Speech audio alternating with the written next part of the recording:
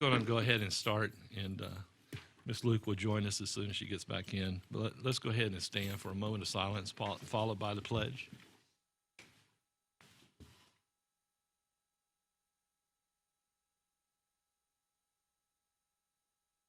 Pledge allegiance to the flag of the United States of America, to the republic for which it stands, one nation, under God, indivisible, with liberty and justice for all. We do have. And we have one public input card, and that's Mr. Klatt.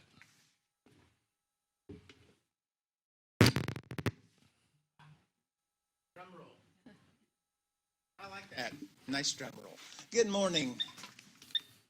And I'm just not here to talk about boundary lines or any of that, but we kicked off, our Fund Our Future campaign, and starting off with a campaign-style bus tour throughout the state of Florida.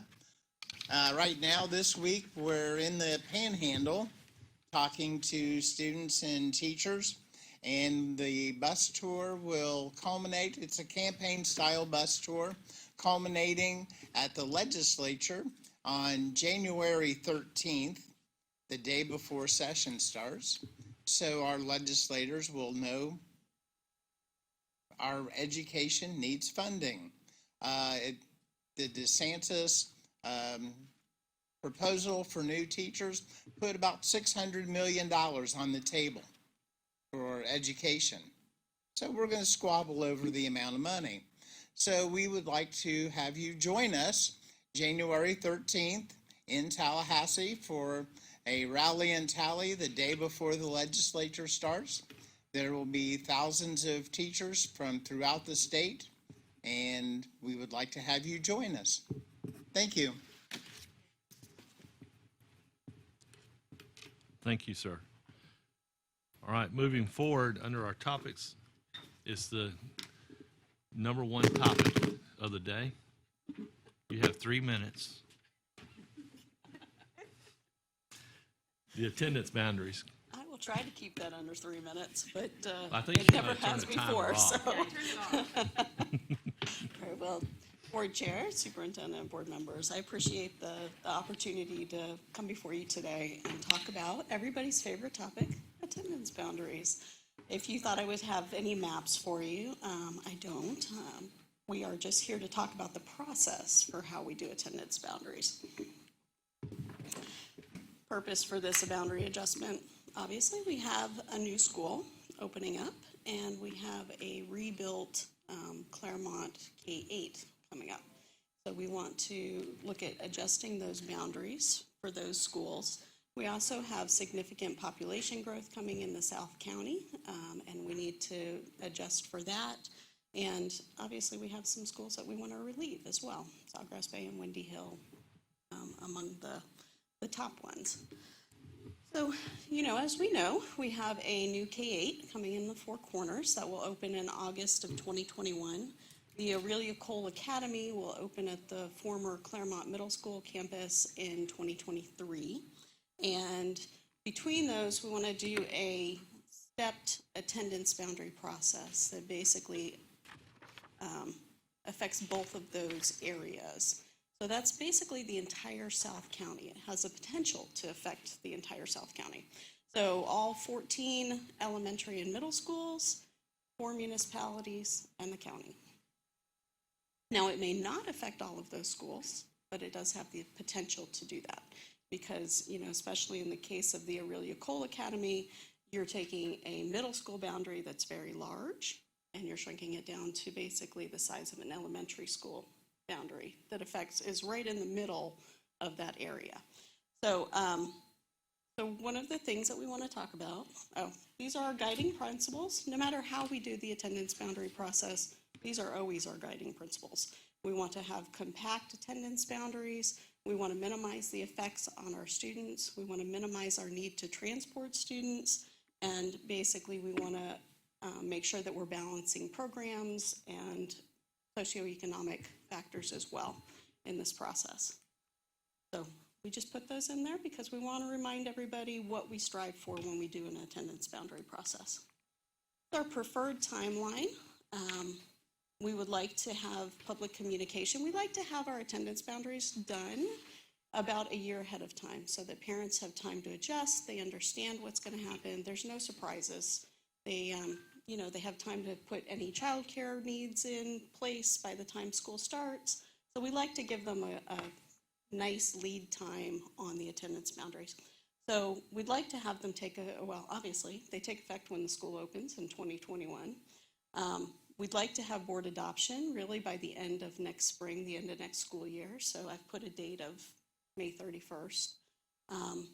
That would put our first reading, because this is a policy adoption, so you have to do two readings with a legal advertisement in between, so 28 days.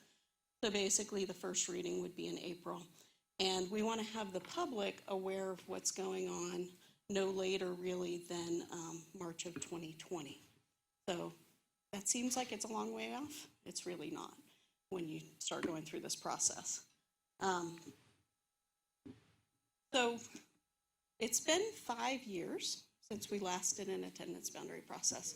We were laughing earlier. It seems like it was yesterday, but it really has been 5 years. So for the 10 years before that, we used a process that we called the ABC process, so Attendance Boundary Committee process. And in that, it was usually an 11-person committee.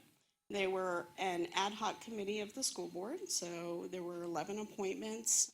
We tried to have a pretty diverse representation of affected schools, affected communities, people who had done this before, and basically those people would walk through the process. We usually held meetings every 2 weeks.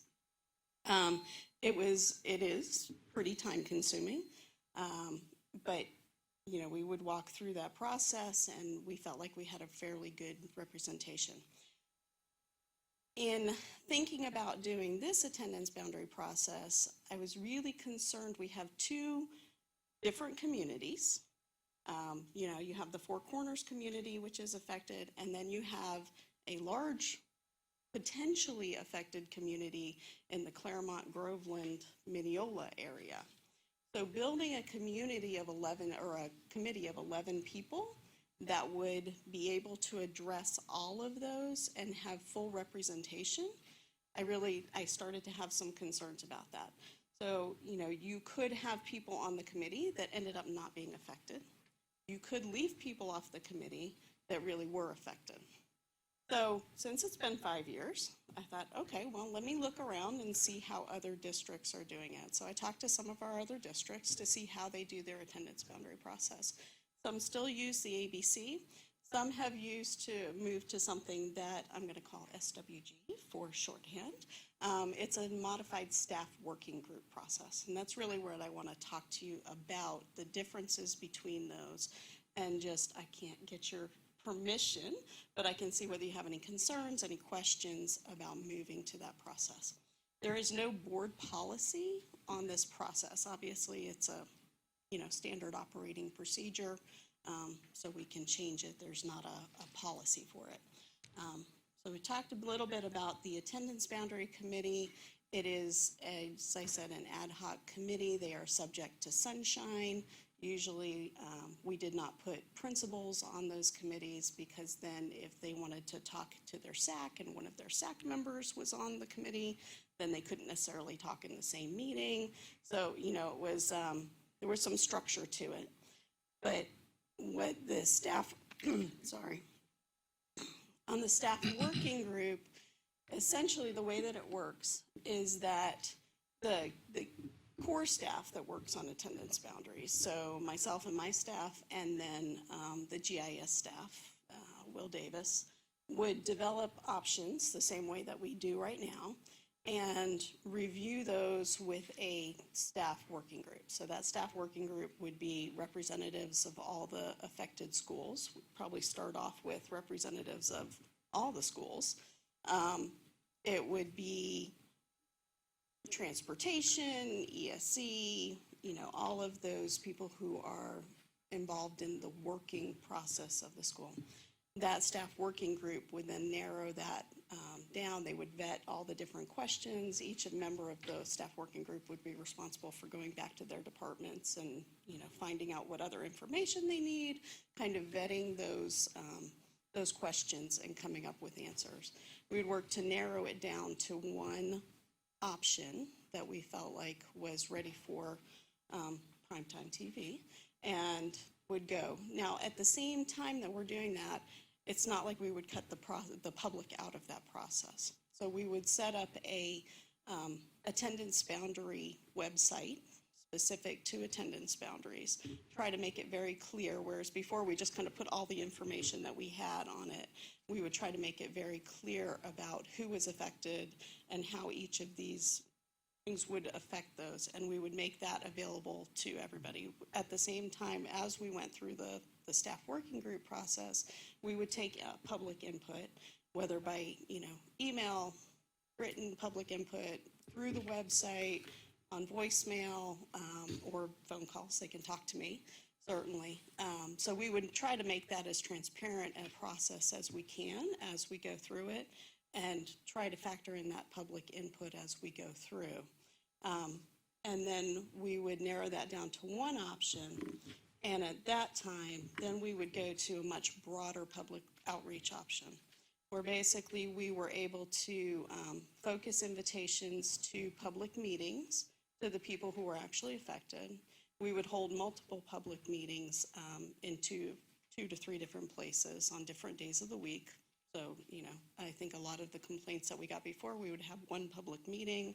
Maybe it was on a Wednesday, people were at church, so we would try to diversify that over 1 or 2 weeks so that we were able to reach a broader community. We would be able to, as I said, we'd be able to focus it on the families that were actually affected through postcard mail-outs, call-outs, information to the school, and make sure that they really received that opportunity to come and comment. And again, we would let them email, voicemail, however we needed to communicate with them. Even to the newspaper? We have done in the past, when we do the community meetings, what we've done is a display ad that basically says, we're having a community meeting about this topic on such and such a day. Please, feel free to come. As we get to the adoption hearing, then we do a legal ad that basically usually has the map in it.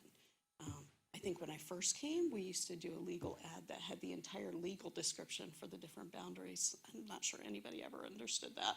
So we've gone to a map, and we put that out. But for the meetings, we would probably just put a display notice that basically says we're having that. And then basically we would come back in, review all the comments that we received. If there were significant enough comments that we felt like we needed to go to a different option or, significantly change the option that we were working on, we would go out and we would do that outreach process again. We don't want anybody to ever feel like we're not hearing them and not hearing their concerns. And then the board adoption process remains the same. Basically, it's a workshop. In the past, the board has held a workshop in the area that's generally affected. That would be, your option. You could do it here, you could do it there. Then we have a public hearing at a regular board meeting, advertising per legal requirements, and then we do the second public hearing and adoption. So, to me, some of the benefits of moving to a staff working group process instead of the ABC process is that it allows, I think, for more focused public communication. We're not, at first, we're kind of broadly advertising what we're doing, but then as we actually get to people who are affected, then we're able to focus that communication and really be able to let them know, hey, you're going to be affected and here's how you're going to be affected. All of the public stakeholders have the same opportunity for input.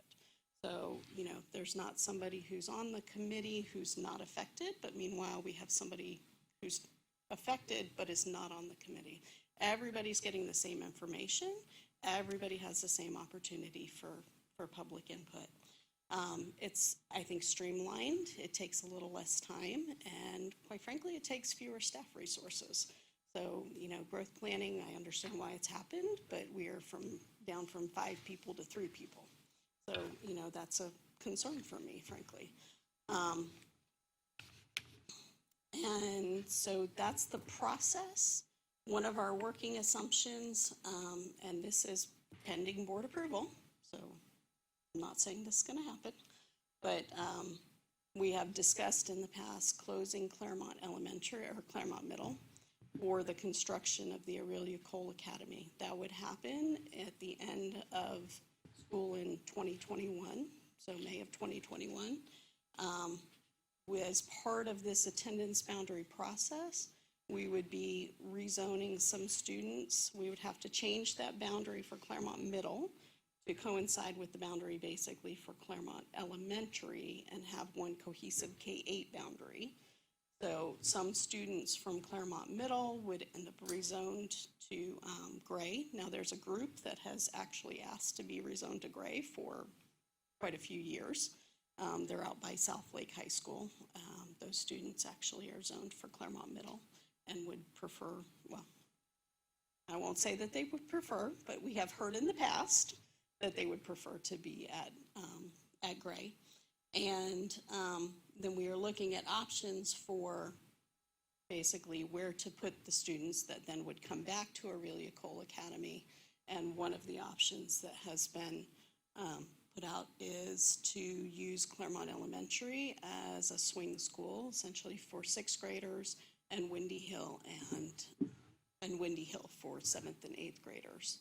And that can only really happen because we're going to be relieving Windy Hill through the construction of the Four Corners K-8.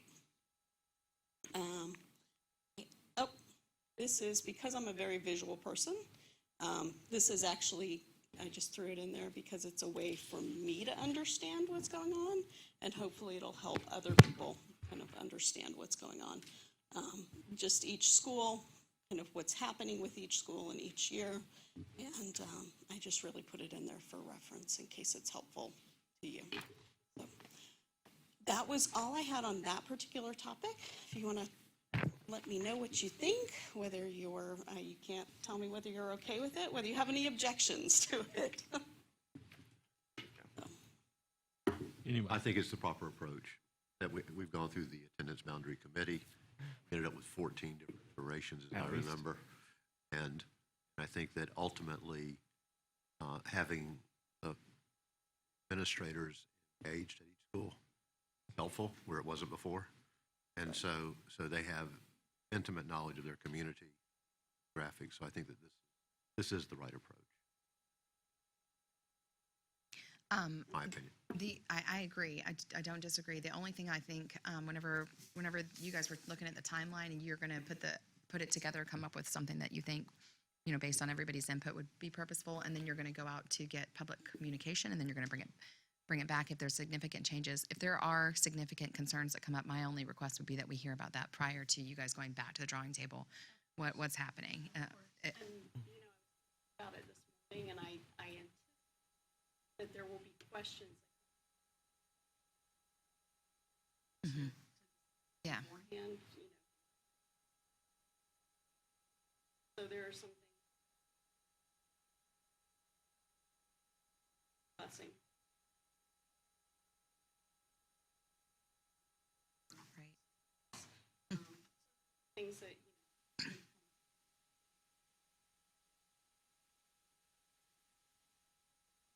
That's all.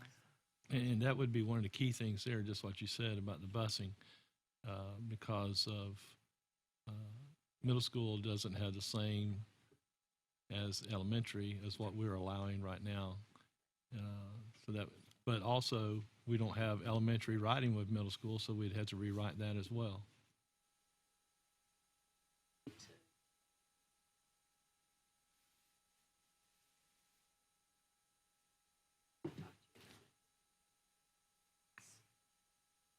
A lot of things that I probably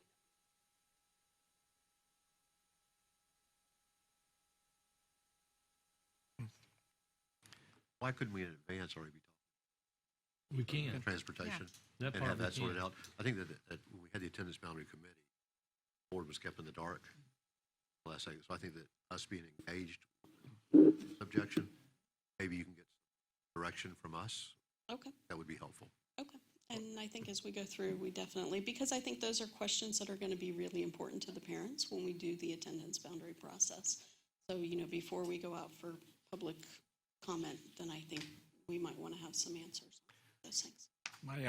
My concern involved the timeline of getting input from the school board on this, because it seemed like based on the timeline that the staff comes up with this plan, takes it out for the road show, and that happens before the board has even, I guess, given you input on Right. that or So you would, so my and fear we is, can basically do, if Right. you would like to have a workshop before we go to a public hearing? 100%. I mean, not a public hearing, Yeah, but that just a would be public best. workshop. 100%. I think so, because I Okay. think undoubtedly what will happen is that many members of the public will then come to us to exert their influence on this, and it's a plan that we haven't even seen yet.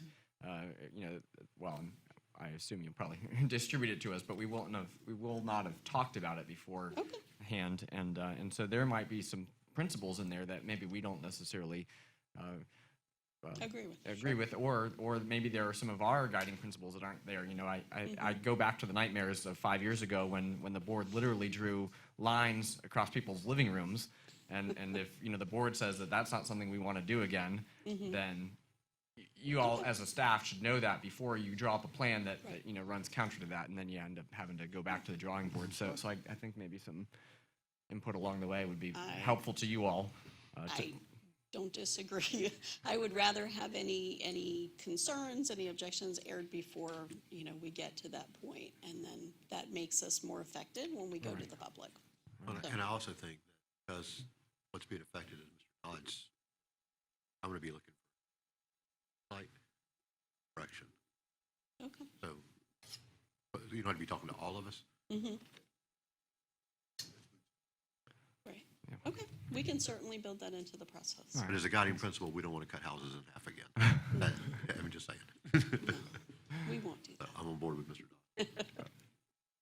Okay. I didn't see early meeting, like a public meeting before, get input before. I'm concerned that we not cut, by going to a staff group, that we not cut the public out. We'd not be cutting the public out. We would, without having some kind of a map or something to present to them, at this point, we could go to the public, but we wouldn't have anything to share or any point to start talking to them. So, basically having a map, something that says, okay, here's the area that we're talking about, that makes for a much more effective conversation with the public. So basically, with a workshop built in for for the board, essentially we would have the staff working group working, and then at the same time we would be communicating that information to the public through the website essentially, and then through any conversations that they have with us. We could go to the SACs if they wanted us to come to SAC meetings. So it's not like we wouldn't be out there talking to the public, getting their information. They would have all the different options that we're looking at. And then basically once we have a workshop with the board, then we would have the public meetings and, be able to do a much broader picture. So your public communication meetings in February and March, those are not with a map. Those are No, those are with a map. Those are with a map. Yeah, as long as, so one of the things that was really time consuming with the ad hoc committee is that we had to do a lot of education. Right.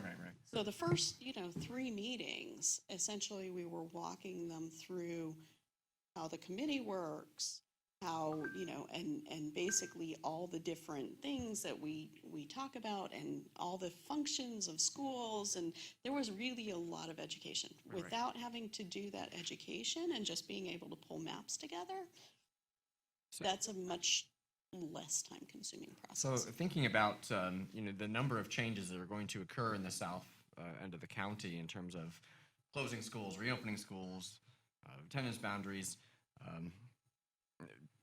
temporary displacement, and so on and so forth. And coupled with, I think there's still a lot of confusion from folks who, despite the number of articles that have been out there about the new school, go, oh, look at the new charter school, or I wonder how much they're going to charge for tuition for that school. There's so many misconceptions already that communication, I think, is going to be a really challenging piece for us, particularly if, it's just as complex for us to try to grasp in our minds that I really appreciate that chart you gave us, because that really helps visualize it. I wonder if there's some opportunity out there to educate the public of what we're planning to do before we do it. If maybe, because if the first time they're seeing is, oh, here's what the board is, oh, and here's the map, here's the proposed map. I don't know if that's just too much shock at one time for folks, or if we need to kind of ease them into this to help them understand the direction, or. So I think internally we've had that conversation between the superintendent and Ms. Owens and I about how to communicate. And I know we'd really like to do, Jose's, Ziskovich's roadshow. And we've had some discussion about the timing of that. So I don't know whether, we want to have a discussion about doing some kind of community meeting that's more of a, hey, look at our great school, before we do attendance boundaries, or whether we want to do that. I know there was concern about doing that and not having the attendance boundaries already set. So, it's kind of a chicken and the egg kind of situation. It's like, well, you could get people really excited about this new school and then be like, oh, by the way, That's exactly it. You don't get to go here. Every piece of feedback will be, oh, well, I want to go there. Right. Not to say that the school that they're currently attending is not worth attending, but, just when you see I something. think you need boundary first, personally. Yeah. Okay. For us, I was ready to get out there because we're so excited about it. And Andrea Stegan, who's here today from Sawgrass Bay, her first question was, well, how will I know which parents to give the community letter to invite them to attend a community meeting? And so we've realized that this process really has to start first. And once we're done with that, then we can specifically send letters to those parents whose children will be attending that school. That way we're not disillusioning anyone. But then it's as if Yeah. we made the decision and they have no communication. I mean, you say this is proposed, there are community meetings forthcoming, here are the dates and locations and blah, blah, blah, and the board welcomes your input and so on and so forth. But the attendance boundary should, like the parents that weren't invited in, shouldn't they be notified also? I mean, you know what I mean? Like, what if they're on the edge of the attendance, or it makes sense, or they are going to be eventually changed, or they should know about what's going on as well. And they will, but we don't want to send out, come see this great new school that's opening. And you have zero chance of And knowing you that. don't, and by the way, you don't get to go here. Are we this isn't your zone anticipating school. that there will be no open enrollment goal from the? It will probably not be full from the beginning, and I think that's something that, we could talk about. I haven't even vetted some ideas with the superintendent yet, so I don't really want to. This was just about the process, right? So we're getting a little bit in the weeds. Right. I agree But, with you on your. But I on would your- not say that there won't be, that there's no possibility of open enrollment. But we would definitely come back to you with that before we said anything. Well, the process, I think, is the way we need to go, as they said, rather than muddy the water again with the other. But I'm concerned with some of the locations of the students temporarily, to Claremont Elementary School, because they're already busting at the seams. So where would we put the extra kids? So Claremont Elementary School actually, they have some programmatic issues that make them difficult, but they are, I think that we could have them accommodate them. I mean, just on paper, they have room, and it's just sixth grade. So, it's not a large number of students. So we would definitely have to work with them and make sure that, we had it planned so that they could get them in. But I think they have room for them. So my concern with that was that it makes sense that the 7th and 8th graders are gonna finish at Wendy Hill, because it'll take two years, and then they'll go on. But the ones that are going to Claremont Elementary in 6th grade, and then Wendy Hill in 7th, and then maybe a new school in 8th, that's a lot. That's changing 3 times throughout your middle school years. That's too much. Well, and I think that's one of the reasons why we talk about, okay, do they get to stay at Windy Hill if they really love Windy Hill for their 8th grade year? Or, it could be that it's very attractive for them to go to Aurelia Cole because it's, it's a new school. we They get give to them be the first choice? graduating. So that would be board prerogative. So, that's something that we can explore. It's not part of the board policy at 8th grade. Board policy basically says that rising seniors in high school, if we change their boundary, they can stay. But that would be something that, the board would be able to consider allowing them. We to could do. change the policy just for the Well, you wouldn't have school. to necessarily We change could- or we the could waive policy. the You policy. basically just grandfather those Right. kids. Because that could be part of that discussion, I guess, if we're going to workshop before February, March, then that would be one thing we'd say. We might also talk about the 5th graders at Sawgrass Bay or, Right, so on and so forth. right.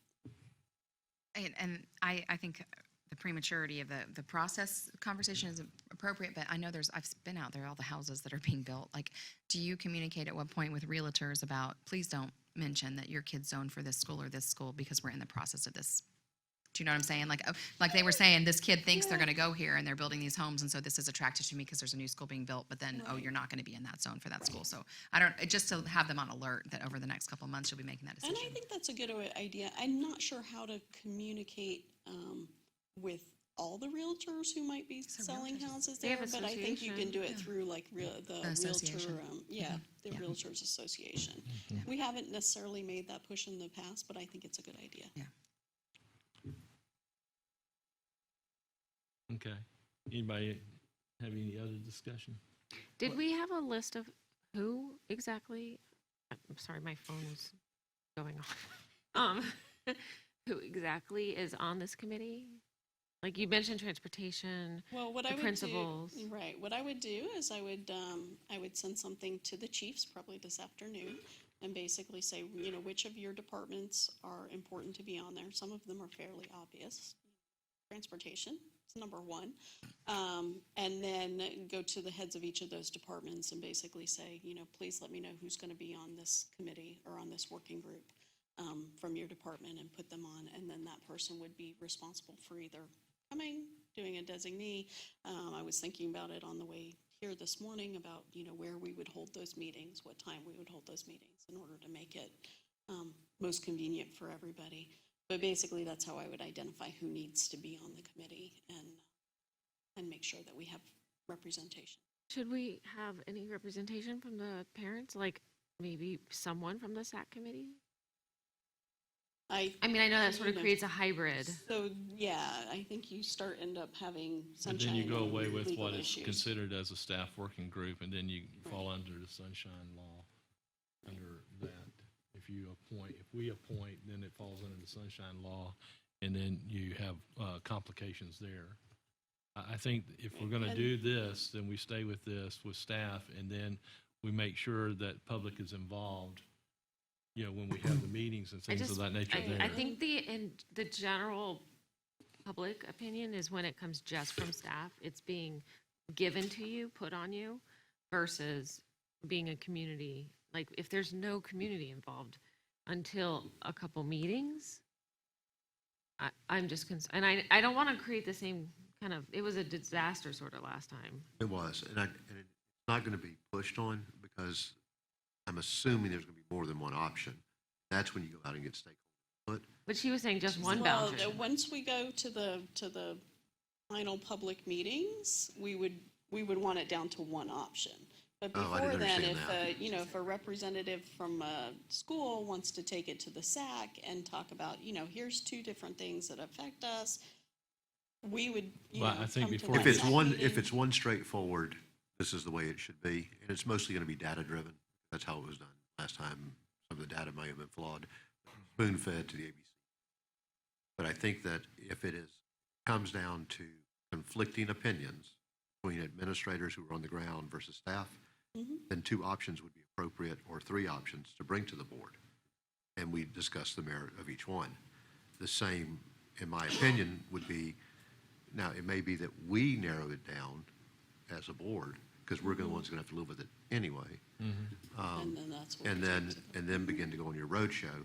But I don't want, if there are different opinions, and somehow by consensus you end up with one drawing, that's not what I don't think that serves us. Okay. And that's, I think, where I was going with whenever I said come back after the public input, is that would have been the first time that they would have seen it. So then would that be the first time we would be getting that feedback back? So where are we going to come back to the table? So I think I agree that it Because, might be nice. I to mean, have I think we all know by the time there's a first reading that it's done. Like, the first reading, yes. So yeah, before so- that. So we need before to have that- a lot of Yes, public yes, dialogue yeah. before. But you would have, right. you have Okay, multiple- Kimo-sabi, that did not happen last time. How many times on first reading do we approve it and then reject it on second last go around? Oh, This you know, I've is managed going to be block that fun, from my Dr. head. Burns. You just sit tight. I'm glad that you're not going to be off before the end of this. Before today. But I think this all goes back to what Christy was talking about earlier, where we're not leaving the public out, and if we just present one thing to them, then we've left them out. We may have listened to things, but we've made the decision before actually they had full input on this, and where we should have the final actual say versus it come to us with just one thing. But I did like the idea that you said if you guys meet as a staff and then the principals want to take that back to their SAC committees that are Right. in those buildings, that might be a really good first Right. look and some feedback coming back. But it also, it may well be that based on the data that you get with where the growth is and how you have to move, it may ultimately come back with one that's very persuasive, and it is the right one. Yeah. Right. But if there's one person that disagrees, I want to see their opinion. Right. That's all I'm saying about that. Right, sure. And of course, as we've done in the past, all the public input that we get, we would collate and provide to you so Right. that you're aware of what that discussion has been. And again, it would all be placed on the website. So, anybody who really wants to follow this process can certainly follow the process. And as this process is data-driven, it is very important the data be accurate. And I think we have to let the parents, like, you have to tell people there's a website. People don't just automatically Right, right. follow, no. And I was thinking, like, as the discussion was going on, I was thinking of when we did the superintendent search and how many people did we have come to those meetings? It's embarrassing, the low amount. But then I started thinking about that last time we did attendance, and when it deals directly with children, they'll be involved with it. Cafeteria's full. Right, right. So that's where I was like, well, no, because this is a different situation. So I think that if we let them know, they'll be engaged. It'll be different. And that's what's definitely most be important. different. It's different. If we pick the wrong one, it's going to be way different. Way different. Yeah, it'd be nice if the data just could drive it. Yeah, but it is nice. You know, Sure. There's a lot of emotion involved in Yes. it. Maybe. I mean, it is elementary school, middle, so Different than high, different than high school, for sure. Sometimes. hopefully. We're gonna Okay, find out. we're stretching this way. Okay, so The only one, so. anything else on that topic? Nope. So Well, kind of- staff working group? Kind of related to the topic, but not necessarily for you, because it's more of the operational side and kind of budget-wise. I'm interested in I guess over time, what sort of impact a new school has on our operational side of things. I mean, it looks like for the first couple of years, maybe it'll kind of balance out, because as we're closing one school, we're opening a school, so you don't have an extra set of all the people you would need to operate a school, right? But I think over time that there are going to be some added operational costs, right? When we add a new school, obviously you've got an extra principal, you've got extra assistant principals, you have a whole set of front office staff, and I think I imagine probably for the initial part of this, FTE dollars of course follow. I mean, when we open the school, we're not talking 1,200 new students to the district. These kids are just, therefore teachers are shifting and students are shifting and funding is shifting. But over time, I guess, what is the operational impact to the general fund? It's kind of what I'm curious about. That's not an off the top of your head kind of thing. I don't know. I think though, as Can you come to the mic? And I think, I think as we get clearer pictures as to where some of the students are shifting from, then we can go back and look at the formula allocations, because you're not going to move a principal out of a school when they lose some students, Right. but they may drop an AP at that school depending on where they are when their formulas and stuff. So as we get a clearer picture as to what students are going to be moving towards these schools, we can go back and reassess the schools that are impacted and see what kind of savings we can see when that happens. And where I'm also thinking is, well, obviously, okay, 7th grade and 8th grade at Windy Hill, obviously they're prepared for that because they have those kids now. I imagine we just won't shed the portables right away. Right. Which I was doing math in my mind, and originally I was counting that as a savings, but that's not actually a savings, at least for a couple of years. We actually own most of those Okay, well, there you portables. We don't really lease. That's good news, because once they're there, they never leave. Right. So, but Claremont Elementary, for example, if they're absorbing these 6th graders and we want to provide them programmatic offerings that are normally available to middle schoolers, now are we talking about hiring an extra band teacher or choir, theater, or do they avoid those things? And do they no longer get those opportunities in 6th grade? Well, since they're Because closing the middle elementary- school, would they come to the elementary school? if I'm there's- just closing the middle school. Are you talking about Claremont Middle School being Right. closed? So I don't know. Yes. So now Right. this person who normally services All those 600 people kids in 3 grades, serves right? one You have grade. about 600? 6th grade. I forget, is that right? 500, okay. Now is now One grade. 1 grade, 133 kids. That's just,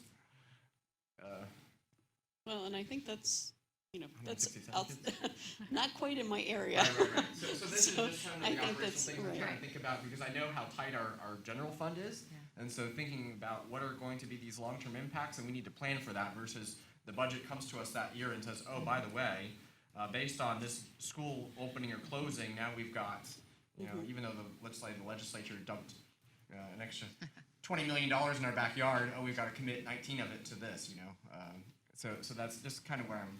I mean, kind of thinking. just thinking through off the top of my head, if you did what she was talking about, if you moved some to Windy Hill, the 7th and 8th graders, and you had the 6th graders, he's got some staff currently at the middle school that needs to go somewhere too during that time. So it's just, I think you'll handle as much as you can by shifting around where it's needed. And then, I mean, I can't say that there's not going to be any additional cost or any additional No, I savings. know there is. But, you just have to mitigate against that as much as possible by shifting temporarily until. Right. I mean, because you're gonna have administration that going to be displaced. You got bookkeepers going to be displaced. You got custodians, food service, teachers, all, For may the first even couple of be. years of this plan. Right. But then eventually, there's going to be a new school, we will have netted a new Don't school. want to necessarily lose those And people. so at that point, that's gonna be true new cost. Well, some may go to the new K-8, Yeah, but in in 2023, 3 is whatever. we have a new school. Right. We're +1, no longer are they just switching around, closing one, opening one. That's, at 2023, that's a new set of staff. Yeah. Well, actually, because you've closed Claremont Elementary at that point. So you've actually closed 2 schools and opened 1. Well, 4 corners. Well, 4 corners. So But close 2, that's- open 2. right. Okay.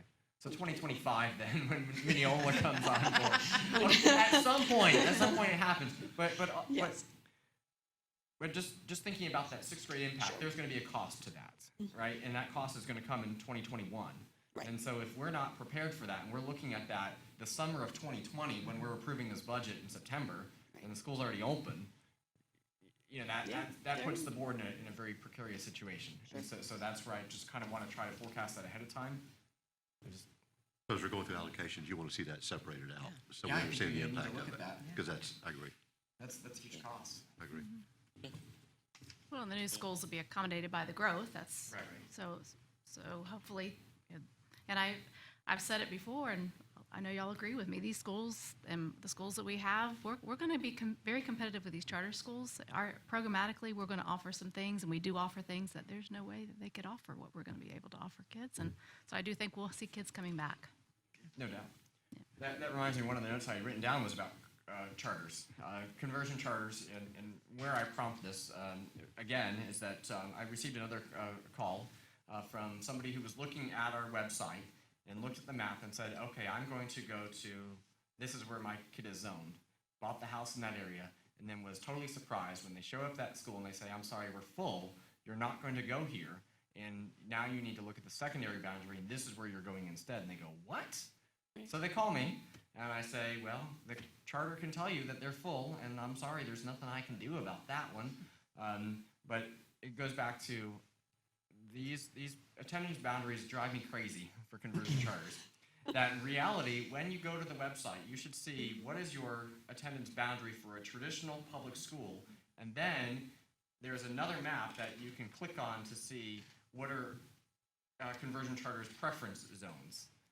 Because in reality, everybody who lives in there doesn't get to go there, right? It's really kind of a preference. Right. So, I mean, is there any sort of, Is that our website, or are they looking at what? no, it's ours. No, It's ours. it's our website. Not, So the there's a Zillow. conversion charters are considered a primary attendance zone, and then there is a secondary attendance zone that's our traditional schools. So basically, if they either don't want to go to the charter school, or they've been turned down from the charter school because they're full in that grade or whatever, then basically they are assigned a backup, one of our traditional schools. So, yeah, I think that we definitely need to do that in a better way. What that looks like right now, I'm not sure, but I think that's something that we can vet through this process.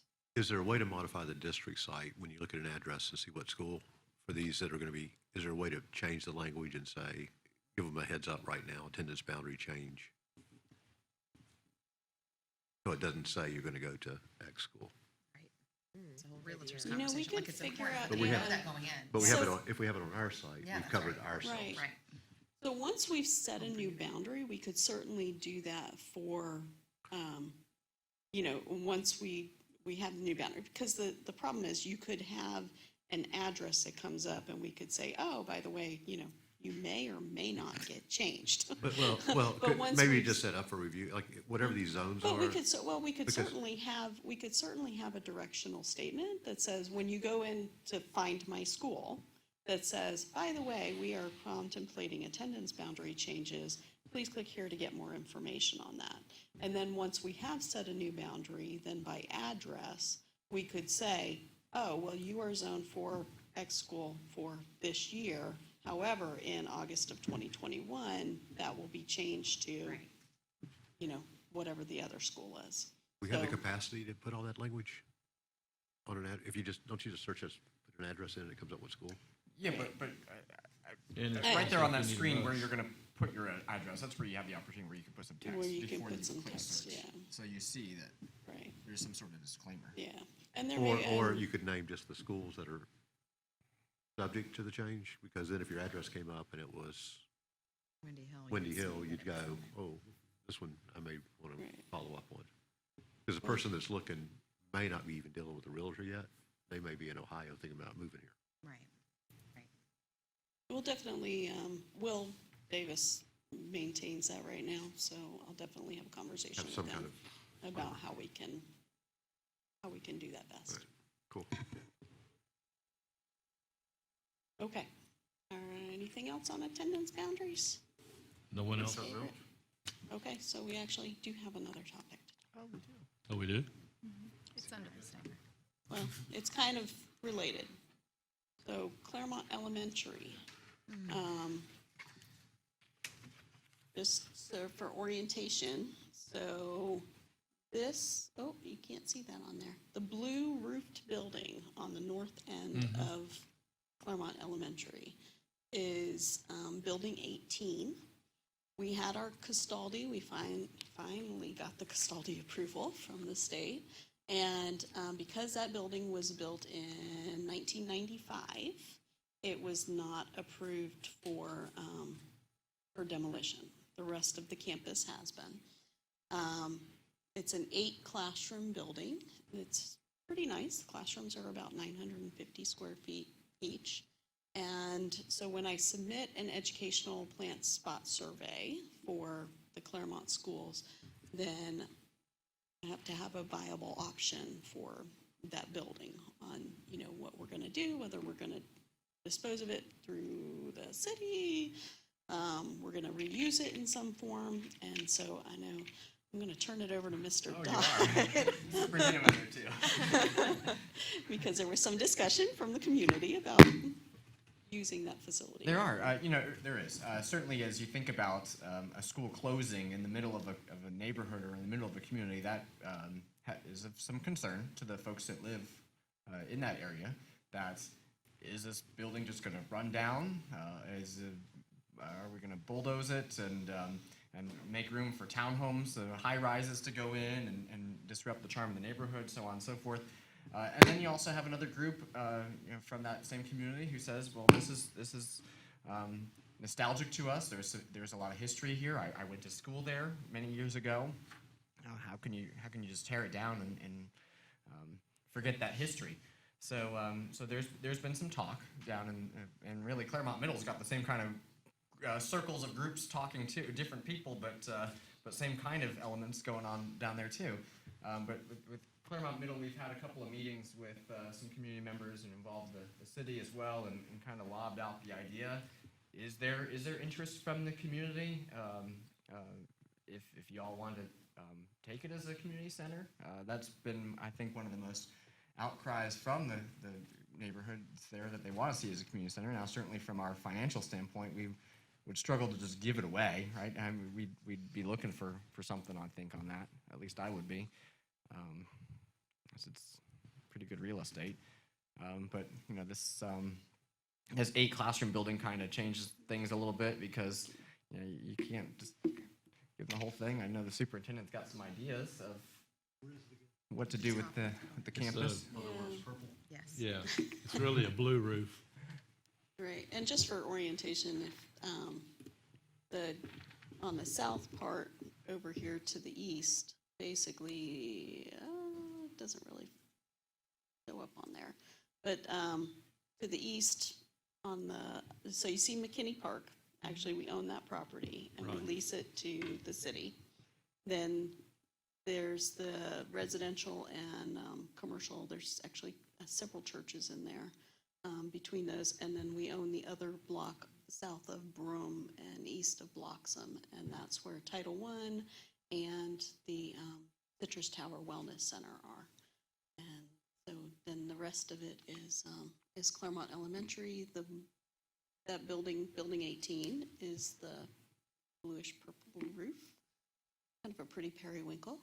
And then the gym is actually right below that, the big square bit. So just thinking about the 5 years I've been on the board and the variety of rumors or ideas I've heard about what to do with Claremont Elementary when the day finally came that we'd be doing the K-8.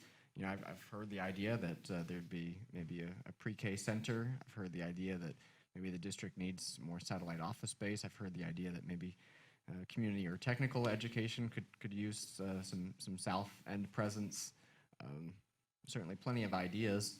And now we've got the neighborhoods also asking about, could there be some sort of community center there where I guess a combination of all those things occur before we get too deep into discussions with the community or with the city of Claremont as to what that looks like.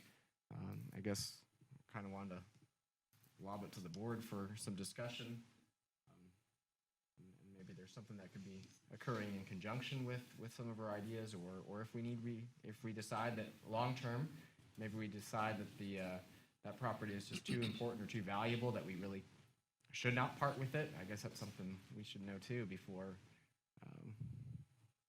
we just travel too far down a path that shouldn't be on. Right. As background, one of the things that when we did a study years ago about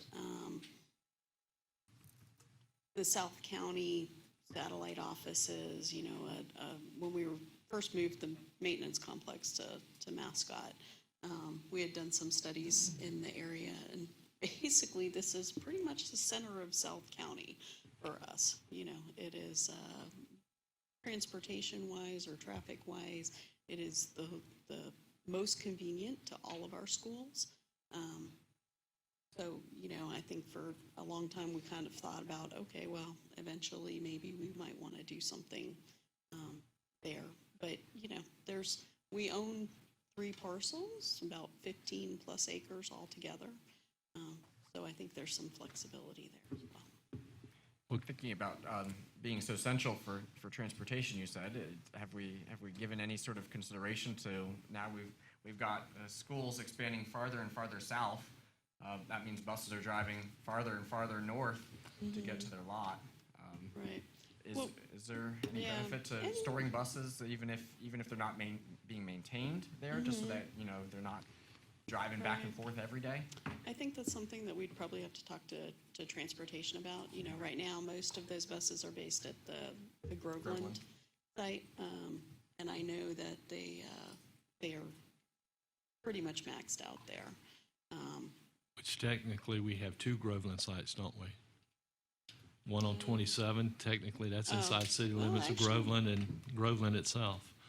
The That's only actually concern I in would have county. with buses being on there would be the road that they would have to go out to get to 50 or out to 27, either one. Going out that way, I think would be a little hazardous there in Claremont.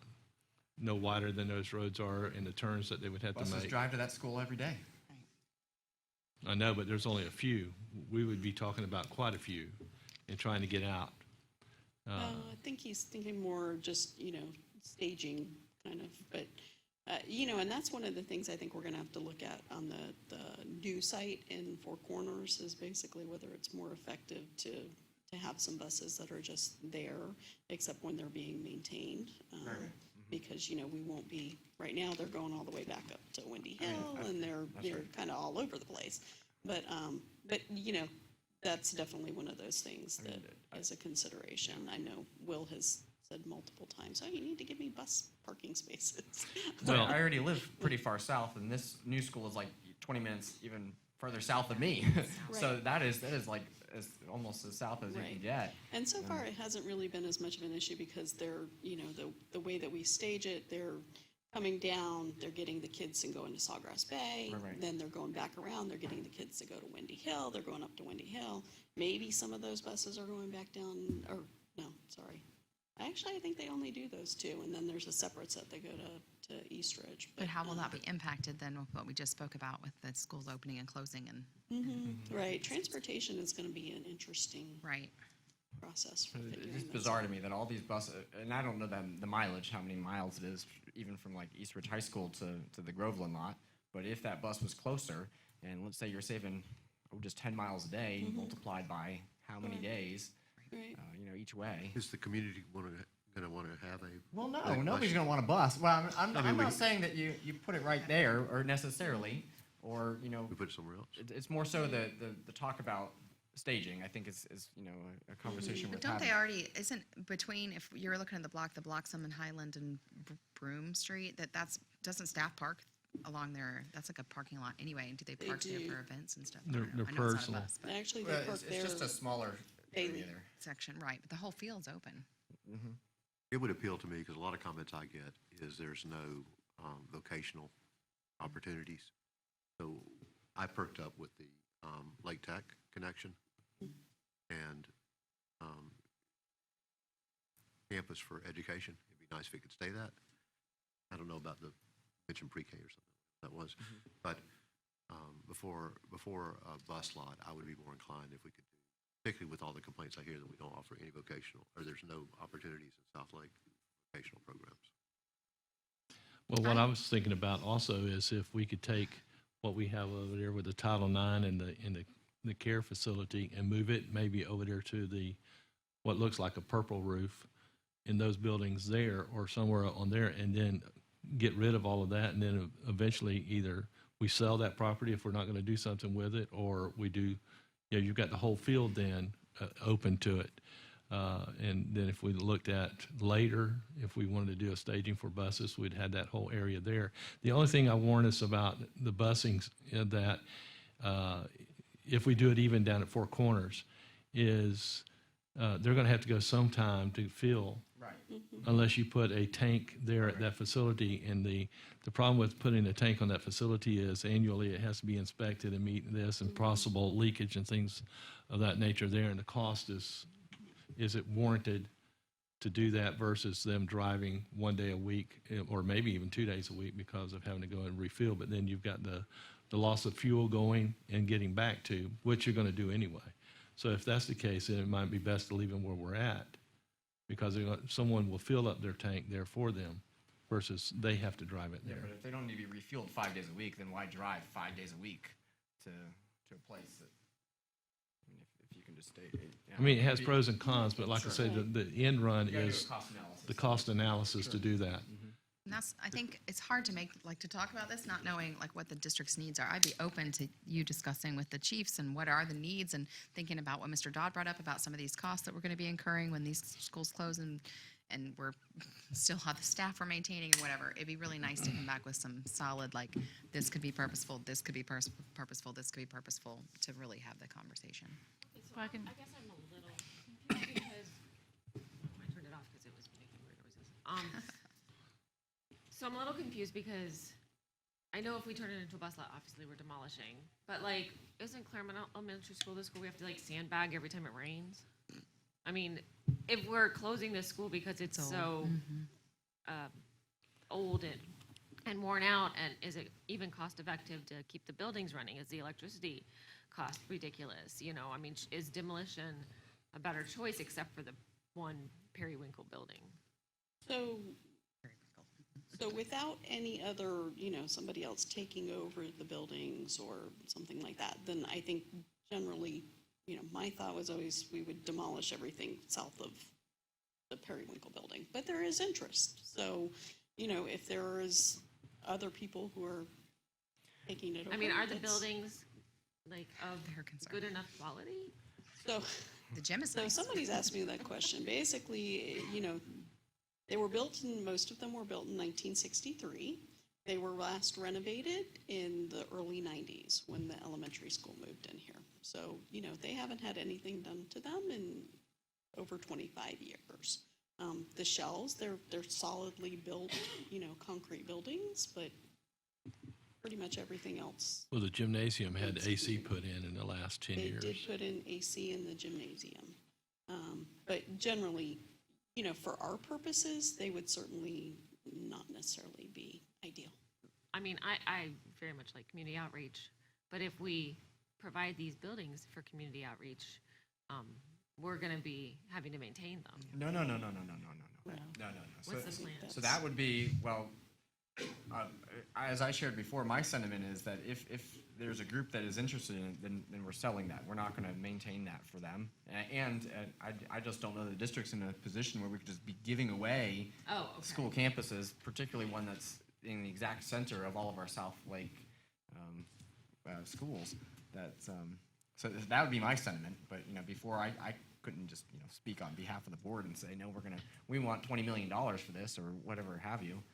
What is even? What would you guess? I mean, obviously we don't Oh, it's haven't a had an guess. appraisal on it. That would be a guess. So it's truly a guess. But I mean, we're talking a few $1 million. But we're still in the So we same got problem though that we, 750,000 for the Dabney site. we're still in the same problem though that we're gonna have at Fruitland Park with the property. Once we do a rebuild or else we build off-site with the building that we have there, we can't tear down. So we can't tear down 18. So how do we sell the rest of the property, or we have to go and have it subdivided up so that building 18 and perimeter around it stays with us until Tallahassee or Castaldi says we can now demolish it? That seems like it could be doable. Could it not? Looks like a Well, big The way chunk. the there's topography looks like it is. The way it's laid out, you could carve it out very easy. Right. Right, it would Yeah. become maybe part of the park. But if we got involved in demolition, because that's what we had to do at Dabney, we ended up spending $350,000 to demo it, sold it for $750. Right. So Does the city have any interest in a land swap? well, wait. Well. I don't know if we talk land swap. We didn't know. Yeah, so at the meeting that we all attended, Mr. Dodd, Kelly, and I met with, Sean Parks was there, Darren Gray, the police chief was there. So it was a good representation of the community, and there was a good number of community members that were there. There is interest from all parties, being the county side, the city side, from Lake Tech possibly using this facility. So they're looking for a presence in the south.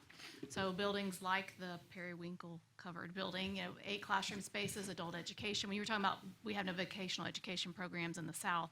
Of course, all of our high schools do. So we're talking, just to clarify, we're talking post-secondary Exactly. programs that they're Sorry. looking for.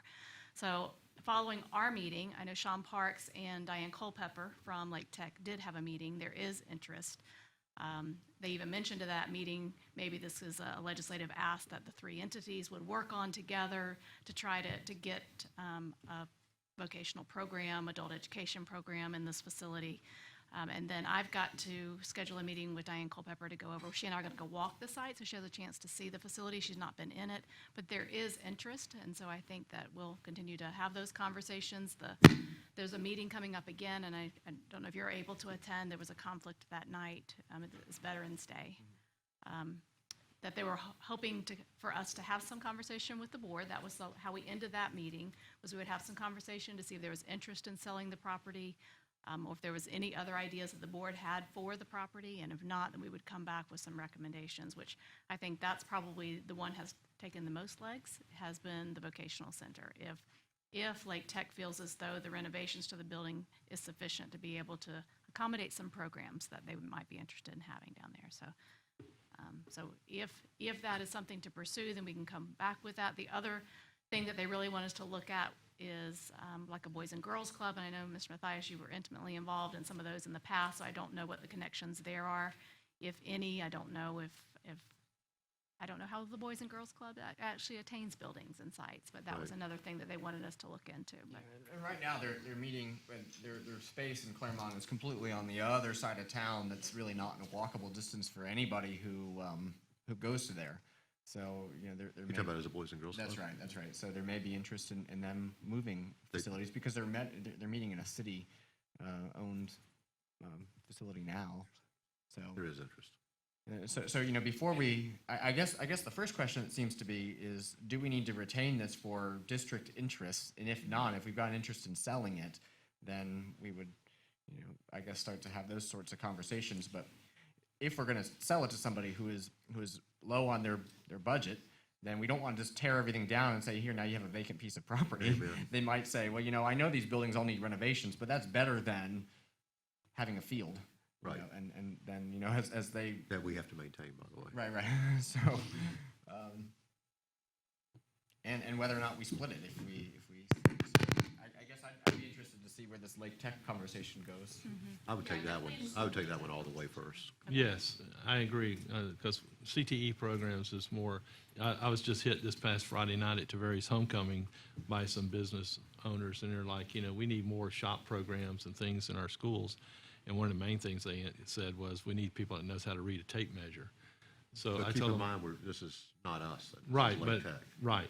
So, I said, well, we have adopted some and have some programs in our school system now with the Construction Academy at Leesburg and Eustis, and then also at South Lake. So, but for, like you said, for after they graduate high school, a CTE program that would be potential for them, I think would be a great idea. So if let's, now I'm not familiar with, so if Lake Tech were to acquire this property, how does that work? Do they?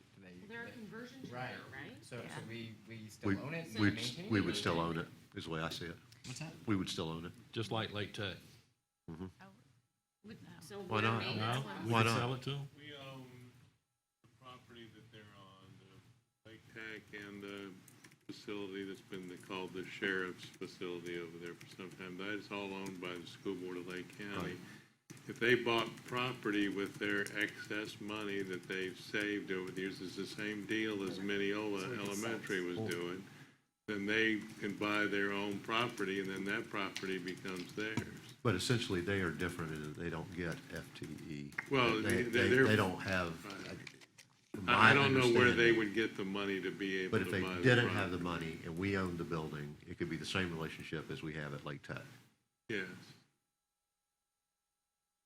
And that But- is what, but ground like- lease? At Lake Tech, it's a ground lease, and then they maintain the building? No, No, we Lake maintain. Tech is, the school board of Lake County owns Lake Tech. Doesn't seem that way all the time, but you really do. If they, I guess another way they could come up with money is they could get it from the legislature to do something with it, and then that would give them the right to be able to buy a piece of property that would not be owned. But it's kind of, there's no lease because you're not allowed to have a lease with the conversion charters. It's essentially, they use the property for free. And so then we would have to draw up some sort of maintenance agreement if we don't want to be on the hook for maintaining a building that we're ready to bulldoze. Right. Well, you wouldn't maintain that any more than if Kelly went out and bought a building. But there are maintenance costs. there are We maintenance- have maintenance costs for conversion charges. Right. They have maintenance costs, and We have costs. maintenance costs of the buildings that we own. Right. If they raise money from the legislature and buy Buy the building. this, Right. we don't have any obligation to But- maintain it, because we don't have any ownership interest in it. Again, Lake Tech is a different entity in the conversion charter world, as far as I'm concerned. And I don't know that I think Lake Tech autonomously takes care of the buildings. Do we? We I take think care of the maintenance of the They have the buildings. same kind of deal as the conversion charter. conversion charters too. For example, the. Anything air major, conditioning- we have to do, Right. air all the conditioning wasn't minor. working at Round This has Lake, got and we major. had to go in and fix the air I conditioning. get it, but I didn't think we had the same relationship at Lake Tech. That's all I was asking. We do. I think theirs has been more, they volunteered to do it on their own. Right. What they can It's do, the same but kind. AC and electrical, things of that nature. Well, if they there have an we AC still- program, duh, it's on. How about? You wanna say something? But maintenance goes and does routine, and also they do major repairs there as well. The electrical, they sometimes even into plumbing and the HVAC, they do We spend a lot of quite a money bit. on Come on up, Do we spend a lot of money, John? Mr. Carr. I'm sure we do. But they Okay, well, reimburse us on that's good things. enough. I'd like to see. So in the ideal world, they'd get some sort of legislative appropriation or be able to find a dump truck full of money and then give it to us, and then we can say, here you go, and we don't have to do anything more with this property, and it's continued to be used for educational use. But if they don't have money and they want to use it for educational use, then we're back to, I don't want us to incur any sort of cost to do this, right? I mean, we can barely afford our own district operation, let alone subsidize somebody else's. So it would stand to reason from that point that we'd have to drop a unique maintenance agreement for this property where we don't incur any. Well, it depends under what the circumstances if they're using the property. If they're using it under a lease, But you said we couldn't leave. we can't lease the property that we own to them. This is not going to be the property that the school was sitting on at the time that it converted to a charter school. It would be more similar Those to were the Altoona. property. It would be more similar to Altoona, where Yeah. basically Yeah. we We just we lease could Yeah, charge Altoona if exactly. we wanted to. It would be just, we could enter into a lease for this property with whoever With the we wanted charter. to, and as one of the provisions have, that they would maintain it in a manner that we would deem reasonable at the time. That's the one I go with. Yeah, Yeah, me too. yeah, that's okay Especially with knowing me. the needs of the rest of the buildings if we're not gonna demolish them too. Right. So that'd be amazing. But my question would be still 18 with it not, we would be able to do that and include that as long as it stays as educational, or even if we just leased it to anyone because we didn't demolish it, therefore it's, Yeah, you're because I asking thought whether you we showed can we lease had this to have to, something on that one chart, it showed that we had to, and a viable option for the Right. plant survey is that we're gonna lease it to a charter school for vocational technical education.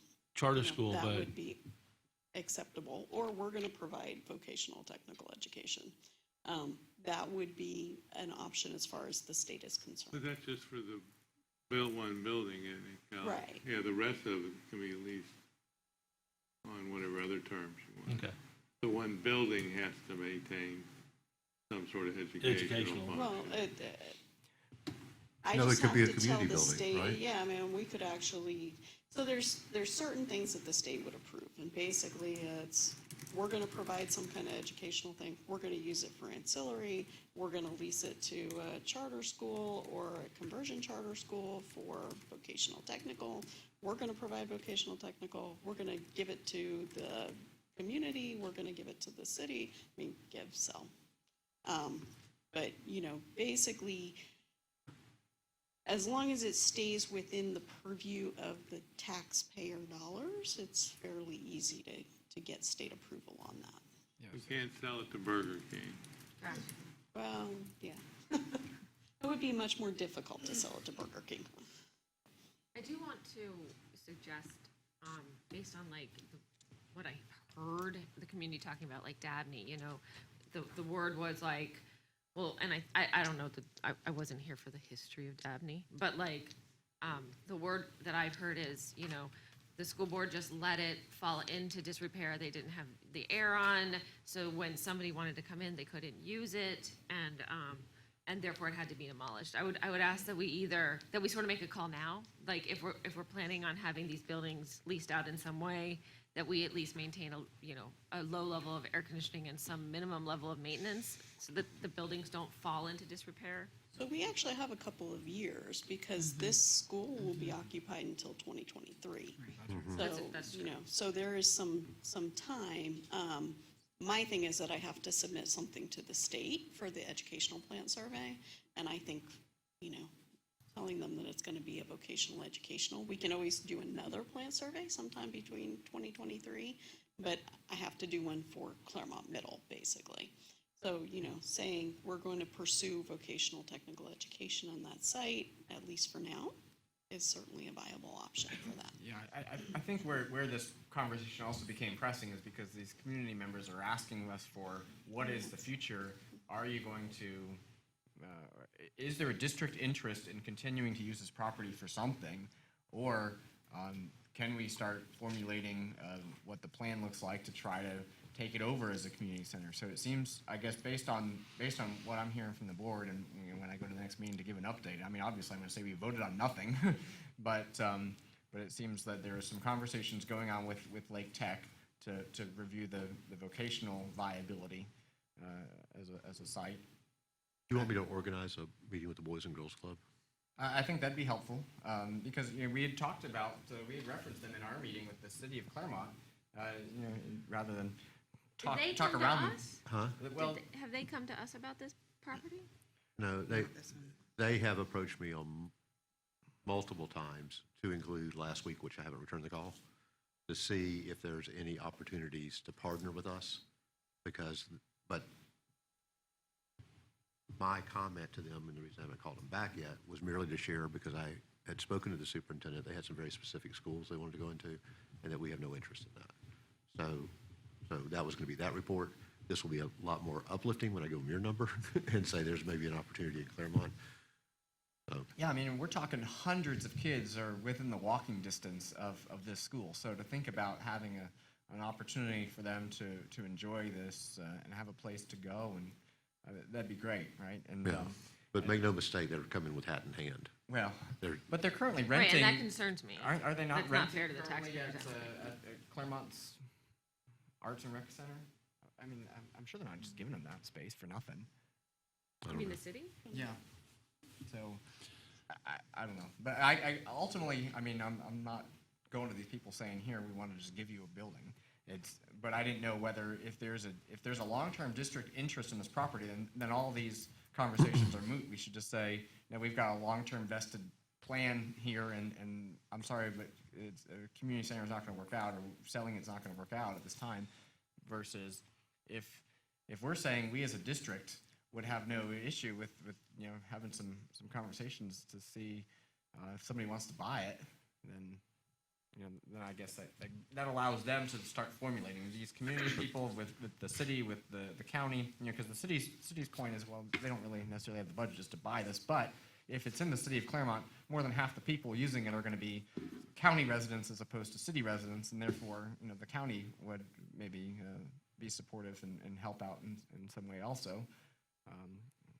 Commissioner Parks mentioned, they got the penny sales tax. They could apply that towards a project potentially there with the support of his commission.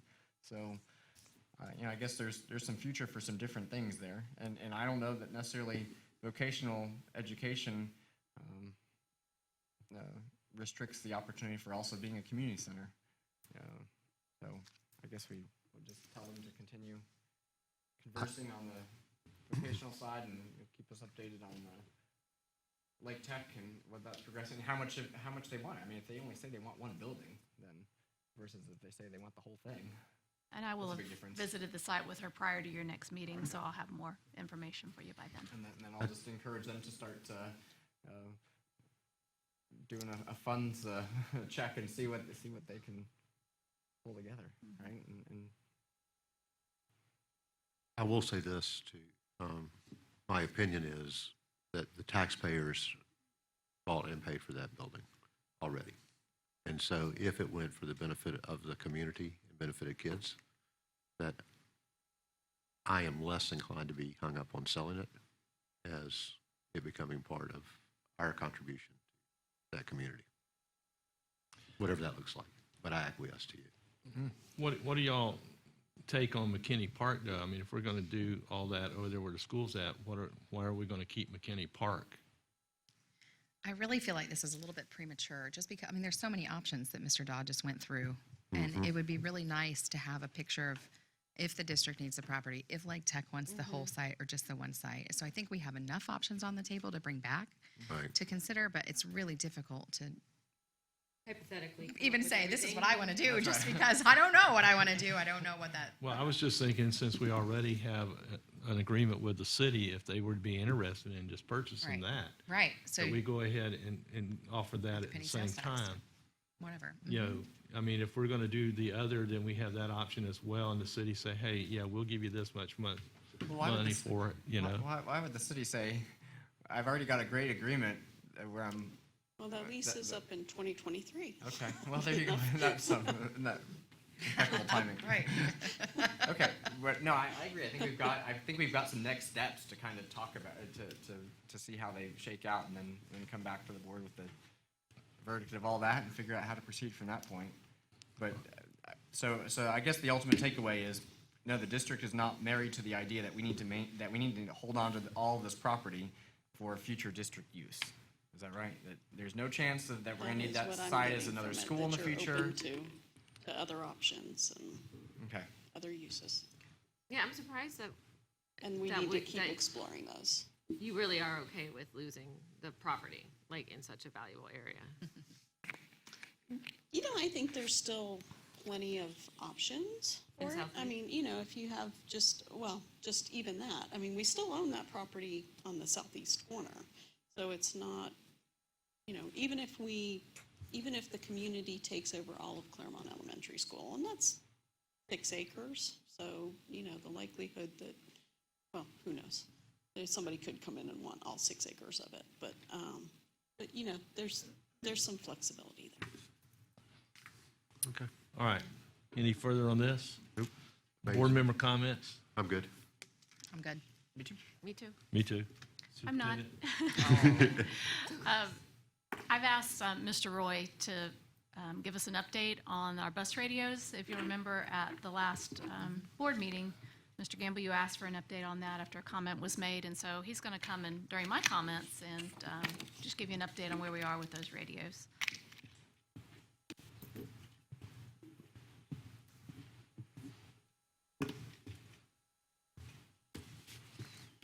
Morning. Superintendent. Just gonna give you guys each a map here that we can use for this discussion. See if there's enough.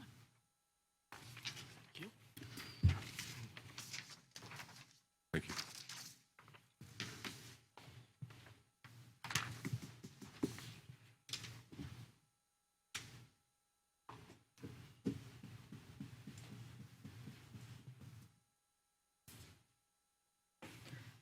So the discussion has come up about the bus radios and what the status is of how well they're working or not working since we've done the implementation of the new system.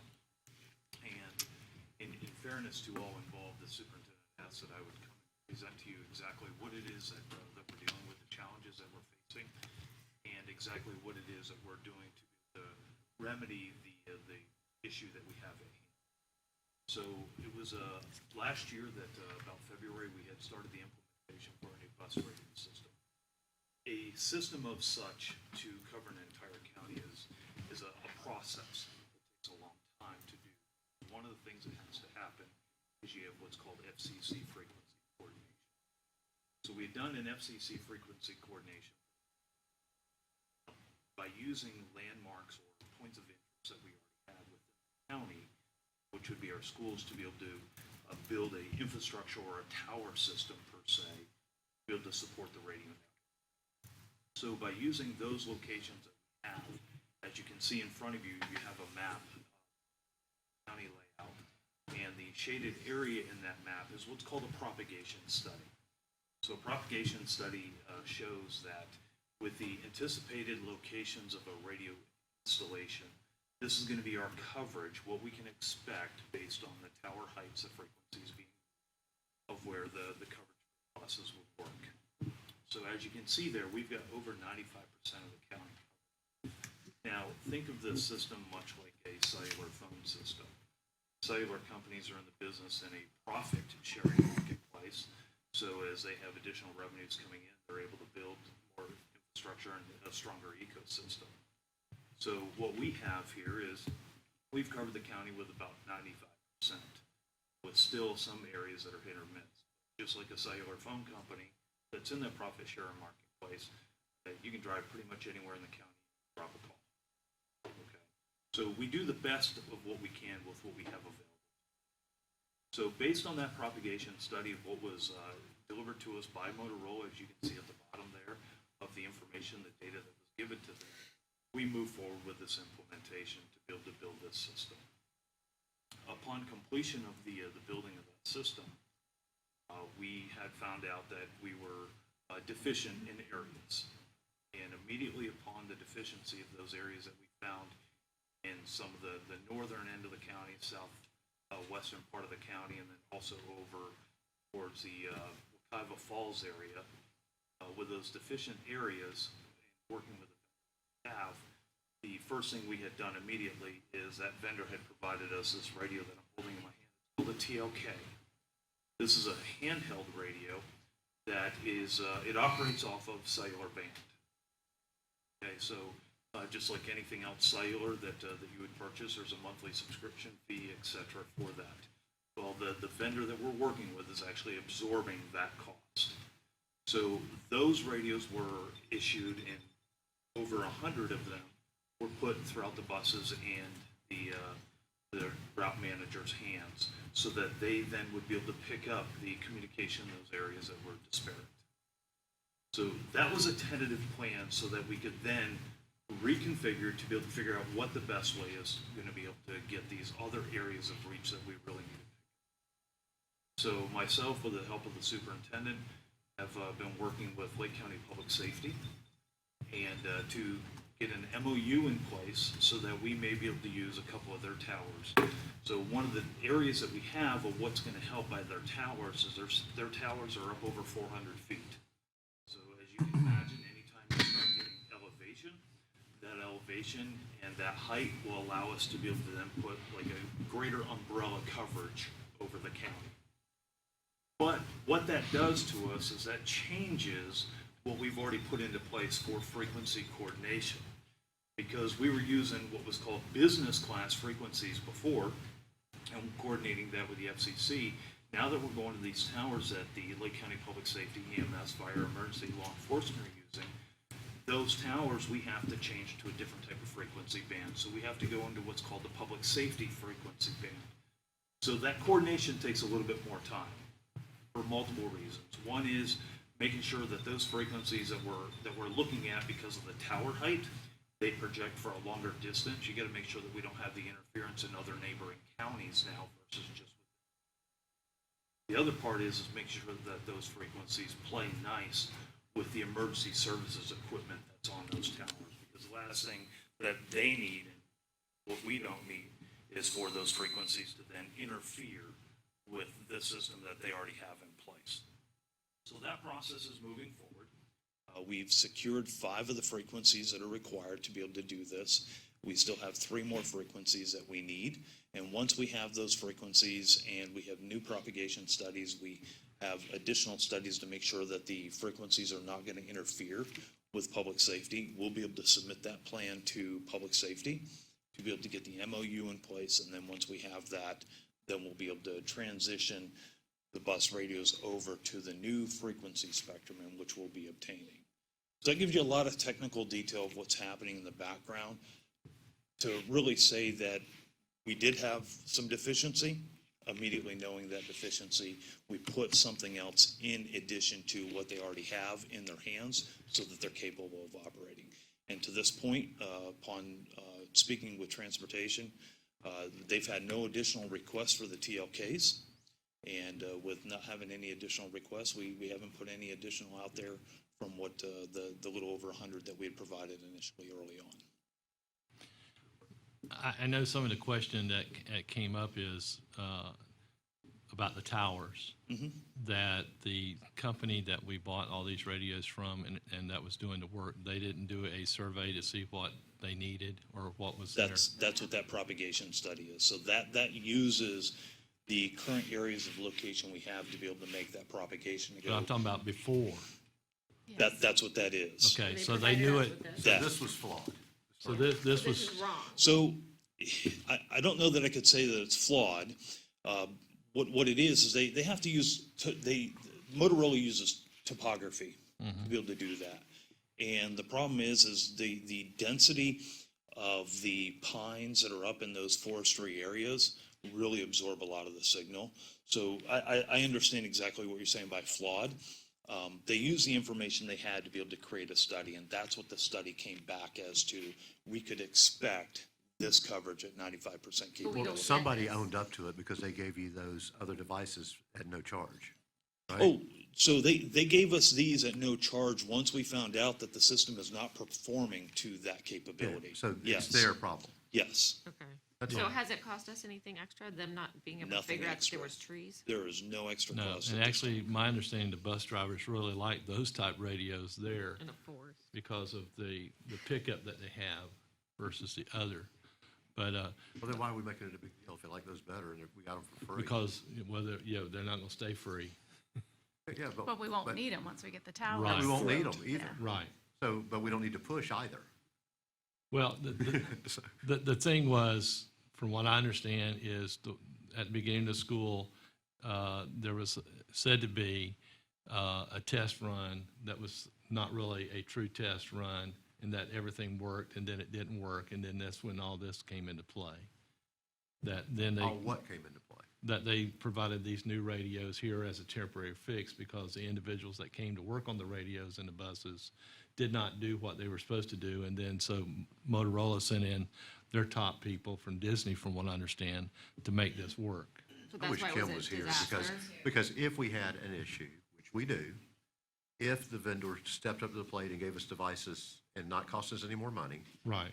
then why are, Well, I don't understand why it's such a big deal then. all I'm trying to do is answer to the public that's questioning me. So that's all I'm trying to do is get the information got that's it. out there. Did you already know that they gave us devices for free? Well, I knew they gave us the devices as a temporary, but not as a full, and they're just wanting to know when the actual radios that we've paid for, when they're going to be up and operating. So what public is wanting to know, if the bus drivers like them and we're getting it fixed, what interest do they have as long as we're able to communicate, which we are, correct? Yes. I don't understand the big deal now. At all. Well, and I think that's the thing with Kim being here. If there was something else that we don't know about, it'd be nice for her to be here to speak about it, but it wasn't on the agenda. We didn't It know wasn't on the happening. agenda for her to know about it. Right. Right. So, and it just came up honestly because of the comment that was made. Right. There has been immediate interest. And our point is, there really is no story here. So we're happy to talk about that our coverage is better than it's ever been before. Right. There are pockets, as with, I drive to Paisley, when I'm out there, there's places where my cell phone doesn't work. And so they've looked for ways to mediate that, but there are going to be places where there's very limited coverage. And I don't know that there's a whole lot anyone can do about any of that. I mean, we have places in the woods, right, where we transport students. So I just wanted you to know, since there was immediate interest and the comment was made that there was a fiasco, we don't believe that there was any fiasco, and we are looking at having full coverage as best we possibly can, up to greater than 95%, here very shortly, once we get access to the towers, which we are working closely with the county to get that as soon as possible. What was considered the fiasco? Was that the trial run before school started? So there was a trial run that was completed on Wednesday prior To to school starting. And that didn't work? That did not go as planned. Okay, so that was So that then immediately resulted in these coming into play. and when did we get those? They showed up the Tuesday of school starting. Okay. So it was the pretty short. company had to Fiasco. get these expedited. Little baby to get us to us very quickly. Okay. Well, It was like a some of them one- showed one up, and day. then he had others show up also, is what I recall talking with you. That he sent us X amount, and then he sent us X amount to try to meet the needs that we needed in the district, to make sure that we were covered. Correct.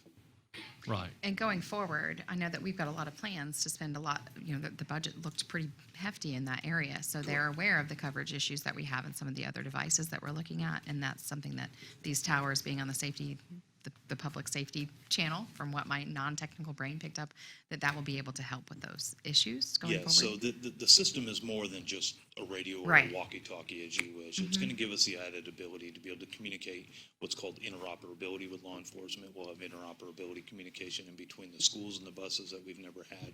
So it's more than just that. Good. Good. Could it have been on a public safety That's what I'm wondering. network or frequency? along? All along? No. We were cool with whatever. Yeah. So I'm will cool. we have, I'm good with the answers. will we have This is better not- than this this is much map ado of after nothing. the full public safety services come online? We're gonna have better than what that map projected that did not come out to what they said it was, yes. But will we still not have stuff in the woods? There, We will have stuff in the woods. there is always that One time in the possibility. woods, and all. that's- more specific? Yeah, We that's why still I have really coverage? had to talk about that, looking at cellular companies and what their focus of business is and profit driving. Even with them, they're putting up new towers all the time, and they're doing that to fill in those areas that are spotty. And you're talking a radio frequency in a system, and, for the market space that we're in, we can't, I can't give you that 100% guarantee that we're gonna have 100% coverage, unless we went to satellite. And even with satellite, if you got XM radio in your car, there are times you're driving through the woods and it cuts out. Okay. So, Is there any extra cost with us putting our antennas on those towers? no, there is not. Nice. Please make that known. That's very nice.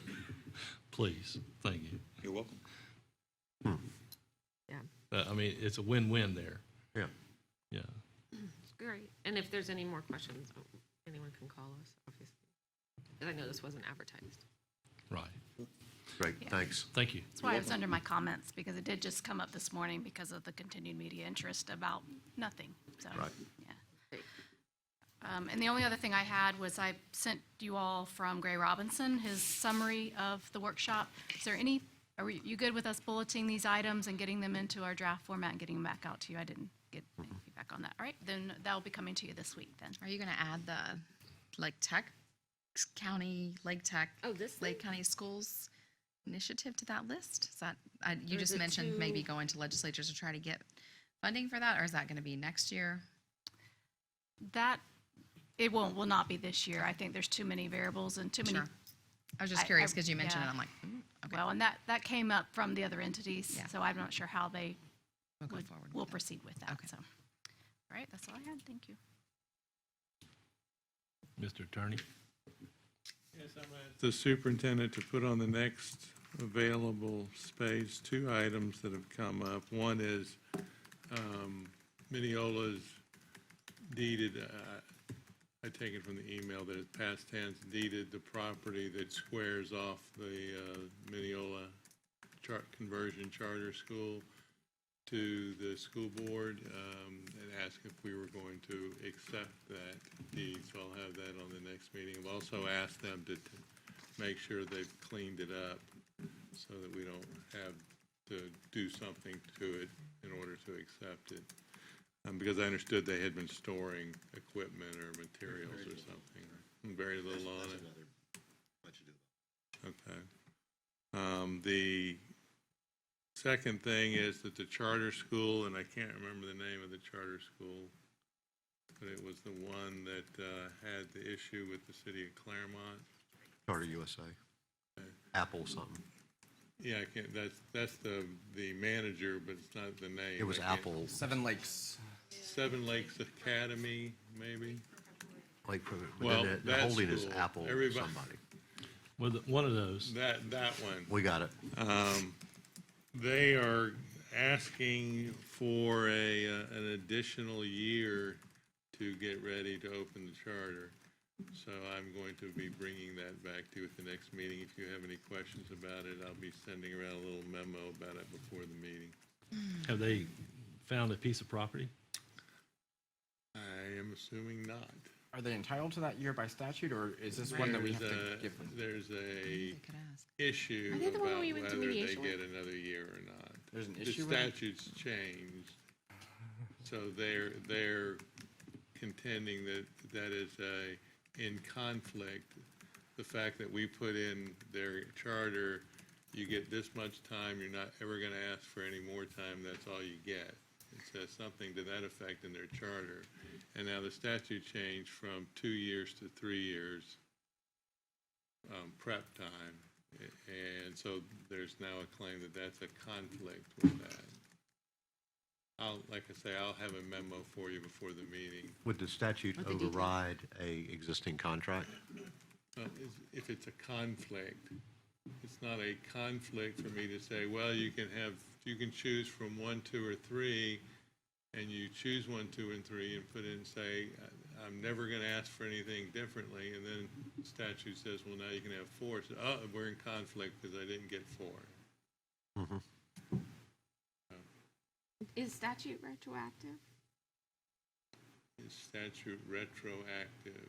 Like, you're saying The- that the the- statute, we made a deal. The statute choice, changed. the choice is today, not what it was back then. The statute changed. So we're not obligated to give them the other year, is what you're saying? No, it sounds like we were. Y'all just are impatient. Okay. I said we'd have a memo for you that would explain what our recommendation is going to Okay. be. But you kind of have a sense about where we want to be with it, though, right? I have a sense. That we can't vote on or discuss. I in that understand, kind of way thank today. God. Yeah. Everybody sent a subliminal. Is that it? That's all I have, yes. All right, no other comments, we're adjourned.